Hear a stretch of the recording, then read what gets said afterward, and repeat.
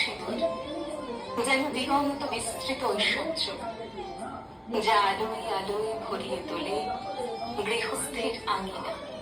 হাতে শাখা পলা, লোহা নির্মিত নোয়া, হিন্দু নারীর আজ অহংকার, সংসারের যাবতীয় উন্নতির ধারক আর বাহক।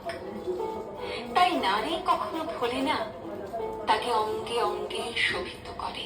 স্নানের পরে, বিকালে, সকালে, স্বামীর দীর্ঘ জীবন কামনায় সিথির ভাঁজে ভাঁজে রোমাঞ্চিত হয় সে।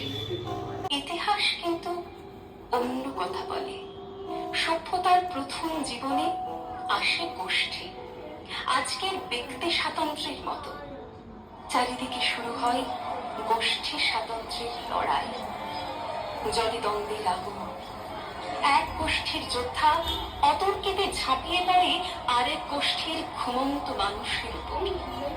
শুরু হয় বর্বরতা, লুট হয় তিলে তিলে জমে ওঠা সম্পত্তি, লুট হয় সসম্মানে বাঁচিয়ে রাখা ইজ্জত, বন্দী হয় হাজার হাজার পরাজিত নারী যাদের হাতে পরিয়ে রাখা হতো শিকল।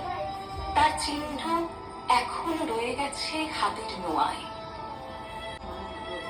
রাঙিয়ে দেওয়া হতো সিথি রঙিন পাউডারে, গুছিয়ে দেওয়া হতো এরা বিজিত, তাই জয়ী মানুষের ভোগ্য পণ্য।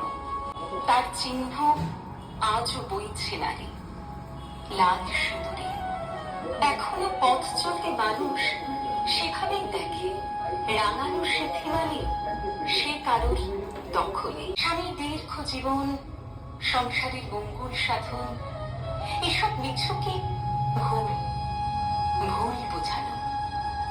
বছর 30-এর মেয়েটার যেদিন স্বামী মারা গেল, সন্তান বৃদ্ধ মা বাবাকে রেখে, সেদিন সে প্রাণের সঙ্গে নিয়ে চলে গেল স্ত্রীর শাখা পলা নোয়া।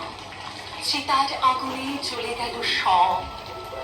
সংসারের সমস্ত মঙ্গলের দায়, সন্তানের দায়, দুটি বৃদ্ধ প্রাণের দায়।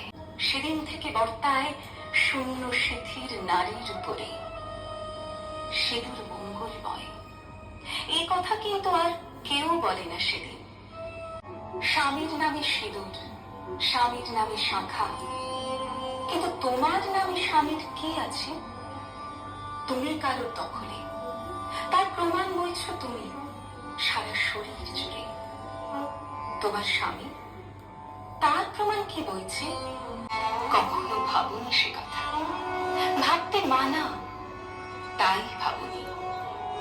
পড়তে হয় তাই পড়েছ, পড়তে হয় তাই পড়েছ, ভালো লাগে তাই রাঙিয়েছ।